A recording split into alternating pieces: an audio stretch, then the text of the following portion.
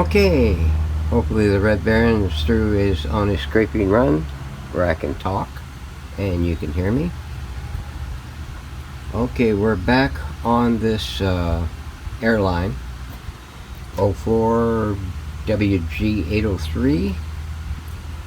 We replaced the caps, and not only that, after doing that, we decided to attack every Krusty the Clown that was in here.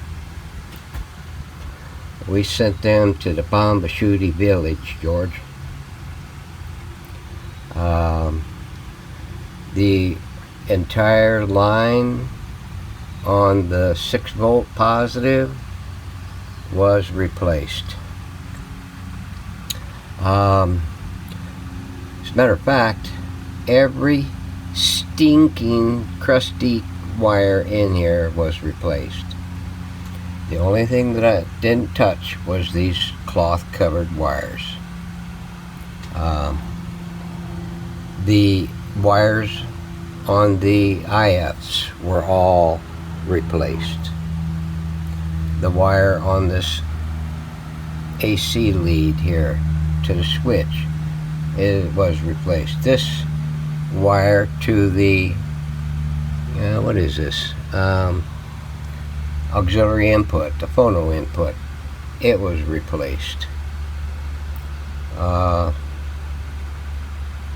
don't think I had to replace any resistors. All the micas are still in place. We did get a finish on the chassis. I still have to shoot it for a clear, but I didn't want to do that until I got all the handling done on it, because lately it's been monsoonish around here, and the finish, even the regular paint finish on it, is still a little tacky. Well, it's not tacky, but if you put it on a towel without something to break the fuzziness of the towel, it's going to come up with fuzz on it. So we got that. Now, we did get the parts replaced in here that needed to get replaced, and the wires that needed to get replaced. There was one cap on here that had to be replaced. Everything else is as is. And let's see, we got the I think you've seen the segment on the putting these together. We got this cleaned up and it's ready to go. What else did we get? Oh, we got the parts for the mountings of everything here refinished and cleared, I believe. I know they're refinished. I don't know if I cleared them or not. Okay, what else was there? We got the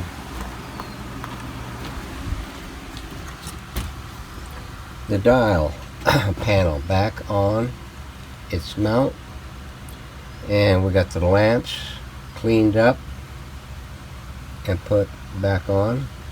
I see right there, I gotta solder that a lot better, and the needle is back in place and finished. So I mean, the cabinet is still sitting on the shelf waiting for its turn in line. We once we get this thing completed and ready for clearing, we will attack the cabinet good and get her in shape, so when this thing has gotten itself back together, we can get the thing slid into the cabinet. Now, There is one other slight issue. I don't know how much of an issue it is because it has nothing to do with me.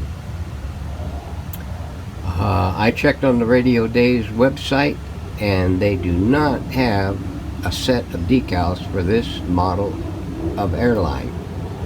They have them for a lot of others, but they don't have any that I can use for this one. So I had to submit to them a drawing, a CAD drawing, converted to a PDF on an 8.5 by 11 sheet in actual size of what I need for the graphic. And it took about a month for them to get back to me, at least even acknowledge that they even got my email. And I made about 4 different phone calls across about a couple of weeks and never getting a response from them. They say they will respond within 24 hours. Well, they never did. They said they tried calling me, but I never got a ring. But I did get an email from them saying, well, we'll check it out and we'll let you know. Well, that's been about another week to 10 days. So I'm going to have to prod them again if I can and see how it's going. That's the only thing stopping the cabinet from being complete. So stay tuned, and we're going to be having some more coming your way on this one. Alright, we're on to the cabinet. I've just sprayed the chassis down with a coat of clear, and she's going to take a while to cure up. So we're moving on to the cabinet. These are the decal labels I was talking about that I got sent off to Radio Days. I'm going to have to call them on Monday and Tuesday, possibly Wednesday also, to see how they're coming along, or if they're coming along, or if they're even doing anything. I don't know. They're supposed to be I don't know, issues with their repro department. I don't know if it's because of the pandemic or people just left them who are the only ones that can do this stuff. So now what we're going to do is we're going to sand this down. I might take my scratcher, my scraper, to it in some spots. Don't really want to do it to this. I don't know what the heck that is, but we could use it on this. But I think I can strip it down with some good 80 grit or something like that, to a point, and where I can keep it down on the scupping. The outer side, we've got some of my magic potion there, which is some Vinegar on the back here. They got 12 screws holding this this grill on the front. I'm going to see if I can extract it, and that will make the sanding a lot quicker and easier if we didn't have that camel hump right there. We got the only interior label for the cabinet protected. It was coming loose up there in the corner. We got her all backed down. This cabinet has screws everywhere. I mean, everywhere there's a joint, there's screws. And every one of them was, you know, I could get at least a half a turn out of them, some a quarter. But at least most of them were about a half a turn. And so if you run across any of these and you go as far as doing the cabinet instead of using some Gojo on it, tighten it up and make it nice and tight, especially if you're going to have to glue it. That'll help hold it together for a lot longer than it has. So we got the bottom feet. About the only thing that was left on it was screws. The feet were pretty much gone. There's screws in the bottom too, as you can see.